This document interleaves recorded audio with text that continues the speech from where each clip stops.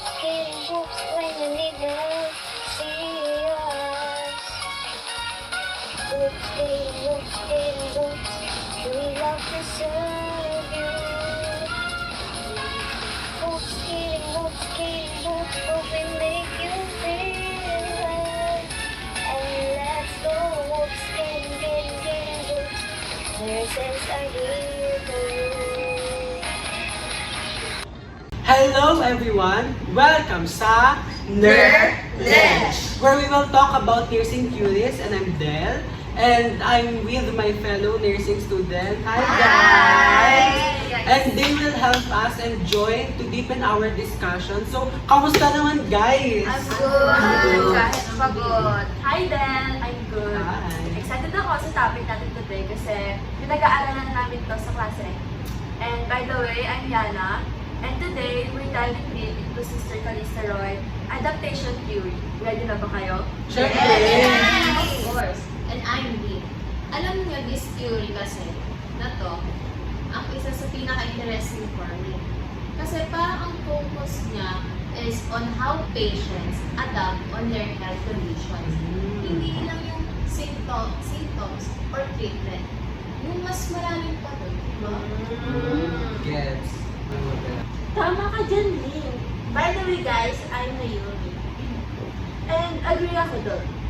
Ang adaptation theory kasi ni Roy, hindi lang siya about illness or recovery. But also about how patients adjust physically, emotionally, and then mentally to changes in their health. Diba? Mas holistic yung approach niya. Yes. Ayan, tama kayo guys. So for those na hindi pa masyadong familiar or kilala si Sister Callista Roy, Sister Callista Roy developed the adaptation theory in the 1960s. And it was a time when the nursing profession was evolving, and Sister Callista Roy recognized na kailangan ng theoretical framework that could give guide in the future nurses in providing holistic care. Ibang level yung approach niya kasi naisip niya na ang health is a process of adaptation and not just treating the disease, pero understanding din how the patient can adjust to the changes happening in their body and environment. So, ganun siya, hindi siya masyadong parang di lang siya puro disease yung pinag-aano niya. Tinatakan niya. Adaptation. Exactly. Roy was really influenced by systems theory, kung saan tinitignan ng mga interactions ng iba't ibang components ng isang sistema. Kaya sa theory niya, patients are viewed as adaptive system, constantly interacting with their environment. And in 1976 kasi, Roy published her foundational work and entitled Adaptation, a Conceptual Framework for Nursing, where she emphasized that health is dynamic process of adaptation. Gets. It's a process. Yes, it's a process. So, adaptive system yung patient niya. Gets. At ang ganda ng theory na to. Kasi hindi lang siya nakafocus sa physical aspect. Dahil so the patient also needs psychological and social support. Kaya siya identified four adaptive modes, which are physiological, self-concept, role function, and lastly, interdependence. Lahat ng to importante sa nursing practice. Kasi they help us to understand how to support patient in every aspect of their health. Yes, di ba? Yes. Galing naman. May four concept siya. So ayun, may four concept siya. Yung psychological, self-concept, role function, tapos interdependence. Yeah. Exactly, Pia. I'm Elise, by the way, or you can call me Ellie. Let's start with the physiological mode. Dito, let's focus on the body responses of the patient. For example, when a patient is stressed, their heart rate is being increased as well as their blood pressure. We, as student nurses, we monitor these responses and help them to be stabilized. And minsan kailangan lang ng konting adjustment sa environment, like pagre-relax ng pasyente or giving meds treatments to manage their symptoms.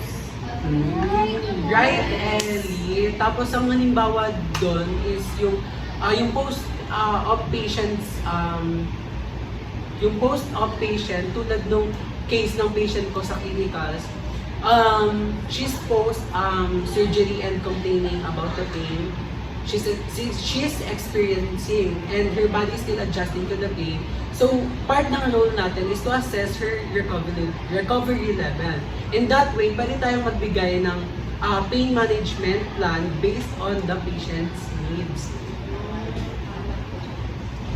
Correct. Correct ka dyan, Del. Ako nga, meron akong na-handle dati na ang hirap makarecover dahil grabe ang pain after surgery, which is normal. I helped him adjust to his physiological needs. I assessed his vitals, checked on his pain levels, and then we provided interventions, medications, position changes, and breathing exercises to elevate his discomfort. Galing naman nun.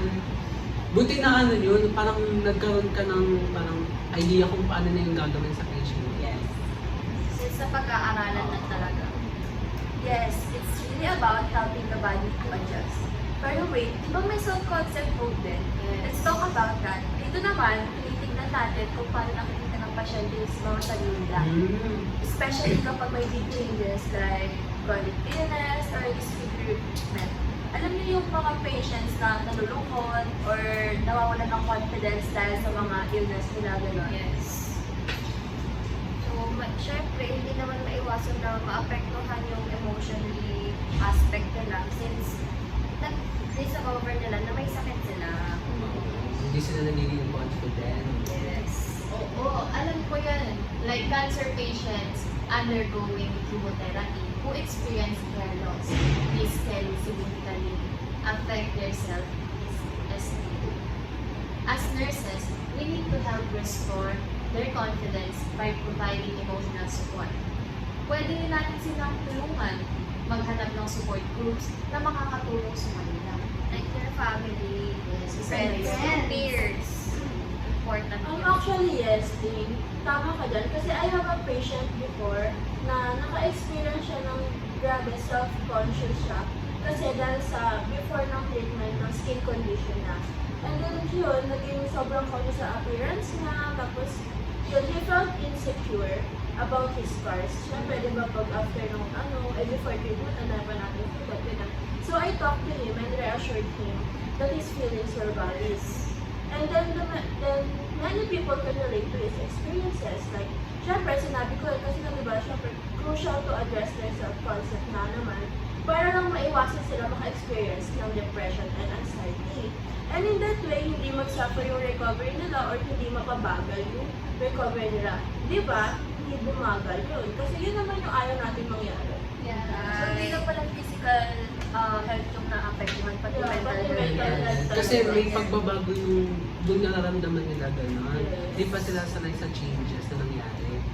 It's really helpful when we assist them in rebuilding their confidence. Next, we also have the role function mode. Here, we examine how the patient adjusts to their roles after a major health change. Like, kunwari, someone who had stroke, biglang magbabago lahat, di ba? Yes. From being independent, nagiging dependent sila. Kailangan nila mag-aalaga sa kanila, kailangan nila ng katulong. Ang laki ng shift, di ba? Yes. Kasi di ba, kunyari, some part na kanan ng, anong tawag dito, ng Mahirap na oo, ibalik. ang hirap nang ibalik yung confident niya. Exactly. That's really challenging for them, especially if they are the breadwinner or someone used to be active. Imagine, ikaw yung breadwinner tapos biglang ikaw na yung magiging nakaasa sa kanila. So, we, as nurses, we need to help them cope with this shift. Dito papasok yung rehabilitation, pagtuturo ng new skills, or kung paano gamitin ang assistive devices. We also need to give them hope that even though their roles have changed, they still have value as a person and as a human being. Sila pa rin. Yan yes. Ba? Mahirap nga naman yung na-experience nilang gano'n. Siyempre malaking changes yun, di At ba? saka biglaan kasi. Oo nga, and I remember a patient who was an office manager. But after suffering a stroke, he struggled to adapt because he suddenly became dependent on his wife. I helped him with this therapy and encouraged him to set small goals so he could feel that in some way, he was making progress. Little by little, nakatulong yun to improve his mood and self-esteem. Paano may progress kayo? Oo, nagkakaroon ng Nakakatulong. Kahit konti, progress pa rin. nakakatulong pa din yun sa confidence na. So ayun, ang gagaling ng mga example nyo. Sige, malakas na palakpakan nyo. So ayun, yung nakita talaga ng impact ng role function mode in the patient's overall well-being. But of course, we shouldn't forget the dependence mode, di ba? Here we focus on the patient's relationship with those around them, family, friends, and even healthcare workers. Katulad nung nabanggit natin kanina. Mm-hmm. Yes, kasi diba, importante na may support system ang mga pasyente para mas mag-boost yung confidence nila. Yes. Para mas madali silang makapag-adjust. Like kung may chronic pain na siya, kailangan din mag family sa care. Para mas paano yung love ng mga Yung na- support. Yes, na- support. I've seen cases na sobrang laking difference talaga pag may family na nakaalalay sa kanila. Like, alam niyo, like, mapapabilis talaga yung Ibang-iba talaga yung family nila. Support diba? system. Yes. Ano talaga siya nakakatawa. And also their friends, Yes, syempre. True. I had a patient who found it really difficult to adjust to dialysis. He was often irritable, seemed to be getting depressed. However, once he joined a support group and had his wife accompany him to his dialysis sessions, his outlook became much more positive. And nakatulong yung emotional support para mas kayanin niya yung proseso. Just like what the Talk doctor about. Kasi ano diba, special talaga pag may mga illness na mainipin na talaga yung ulo. So, iba pa rin talaga yung may support Oo. kaysa yung mag-isa ka lang. Fragile na kasi yung Yes. nararamdaman Sobrang nila. sensitive na nila. And you know, hindi lang kasi sa pasyente nag-a-adapt ang theory na to. Pati rin sa relationship, kagaya ng sinabi ni Ana kanina, di ba? So, and believe about sa friends, ganyan, if their interdependence with their support system is strong, then the chance of successful of adaptation to their health might increase significantly. Pala yun. Pati pa nasa relationship. Yes. I mean, makakatulong naman kasi talaga yung emotional support. Lalo na kung galing siya sa mga mahal mo. Yes. Yes. At yan ang beauty ng adaptation theory ni Roy. It's not just focuses on physical healing, but also on total healing of the patient, addressing their emotion, relationship, and mindset. Makita natin dito na ang trabaho natin bilang nurse is not just treating the illness, but guiding the patient through the entire process of adapting. Galing naman. Sobrang totoo yan, Sophia. Kaya naman, ang theory na ito ay isang cornerstone ng nursing practice natin ngayon. So guys, to sum it up, Roy's adaptation theory, it provides a holistic approach to patient care because it helps us understand how the patient adapt to changes, not just physically, di ba? Your overall Oo, well-being. yes. It's also their mentally, their emotionally and socially. Kasi ang role natin bilang nurses is to guide them in the adaptive process. Kung i-guide natin sila emotionally, physically, and such para mas mapabilis yung process ng ano nila, ng healing nila. Yes. Kaya sa bawat assessment, we have to try to consider the 4 modes, which is yung mga discuss natin, yung physiological, self-concept, role function, and then yung lastly, the interdependence. Yes. That way, mas magiging effective yung interventions natin and yung nursing care. Yes. Diba? Yes. Tama. And let's remember, bawat patient ay unique ang journey nila. Our job is to be there for them, to guide them, and to adapt our care to their needs. That's why we have nursing care. Kaya importante talaga yung theory na to. Yung mga, as in yung, I mean overall, yung theory na pag, yung theory na pag-aaralan natin, importante talaga siya para ma-apply natin sa pag sa real life situation. Tapos ayun, yung theory na to, perfect siya sa meta-paradigm ng nursing. And alam niyo ba yung yung apat na concept ng meta-paradigm? Yes. Sige nga, Of Beth. course! Pamigay ako dyan. The meta-paradigm is a composed of person, Sige. environment, Ano pa? health, and basic. Galing na! Nakakana ang brain cells today. Panalo siya ngayon, I ah. think Sister Callista right here fits perfectly with this concept. And let's go over that. Okay, so exactly, Yana. So let's break it down. The first paradigm concept is, as what Yana said, it's person. Or in Roy's theory, the patient, Roy sees the person as an adaptive system. Katulad ng sinabi ni Sophia kanina, na nag-interact with the environment, and the person is constantly adjusting to the external and internal stimuli, whether that's illness or any kind of change in health. Diba? Ganun pala siya. Yes. Hindi lang siya sa internal. Oo, external din siya, di ba? Katulad sa mga nabanggit natin kanina. Oo, and for Roy, the person isn't just the physical body, but also their emotions, relationships, and psychological state.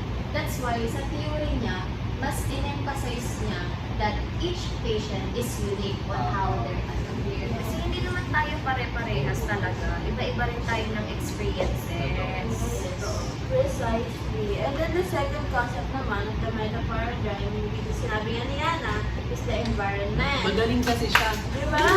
Panalo. Kasi nga, di ba, si Roy, nag-view niya environment as everything that surrounds and influence the yes. person.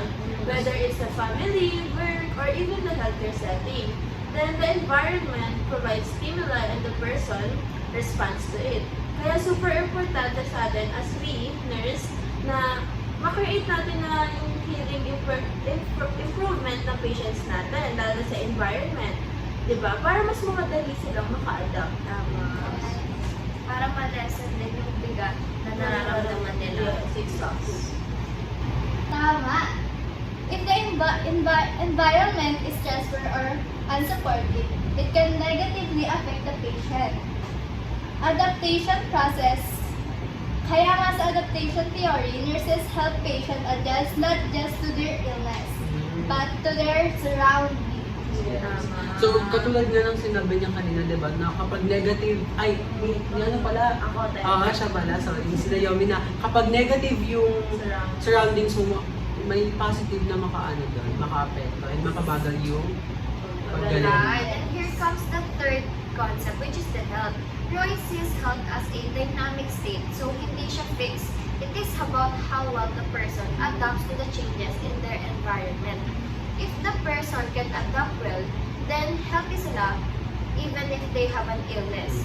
So, health is not just the absence of the disease, but a balance in the adaptive processes of the person. Nagigets ka ba? Oh, yeah. So, that's why ang goal natin nurses is to help our patient achieve a balance, not just in physical, but also in mental, emotional, and physical health. If they are capable to adjust and respond well to health challenges, we can say that they are in a healthy state. And health, again, is a dynamic and it's all about adaptation. Right. Napakagaling naman talaga. So, di ba, ang ganda ng na-view ni yung nagawa ni... Yes. Oo nga, and that brings us to the fourth concept, which is nursing. In Roy's theory, the role of the nurse is to support the patient in their adaptation process. We assess the patient's responses to stimuli and help them with the intervention para maka-adjust sila sa situation nila, whether physically, emotionally, or socially. So, hindi talaga siya fixed. Yes, so as a nurses, we're not just focused on treating the disease talaga. Like, ano yung parang, pati yung nararamdaman nung Yes. Kasi sa nararamdaman we talaga. look at the whole person, gano'n. How they cope with the changes and how we can help them adapt better, gano'n. That's why Sister Callista Roy's theory is so relevant. It aligns perfectly with the meta-paradigm concept and give us clear framework to guide our nursing practice. Parang sa na-discuss natin ngayon, parang paborito ko na siya. Pero, Okay. I'll go. Okay, so now, let's dive deeper into the 4 adaptive modes mentioned earlier. Di ba? 4 yun. Yes. Let's start with the physiological mode. Dito, let's focus on the body's responses to stimuli. For example, when a patient is stressed, their heart rate increases as well as their blood pressure, di ba? And as nurses, we have to monitor these responses because it is crucial and help them become stabilized. Kasi di ba minsan kailangan lang ng konting adjustment sa environment, like mag-relax ng pasyente or by giving them medicines para ma-manage yung symptoms na nararamdaman nila or to lessen, di ba? So ayun, tama si Ellie. So halimbawa yung host of patients tulad ng patient ko dati na yung case niya is she is post-surgery and complaining about the pain she's feeling.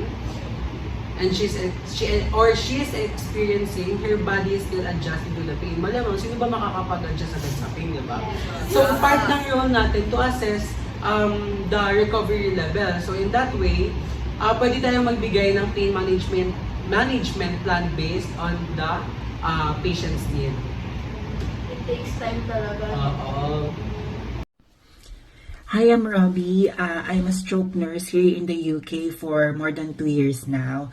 Bibigyan ko kayo ng input regarding adaptation theory and of ano ba talagang nangyayari sa loob ng isang ward or hospital.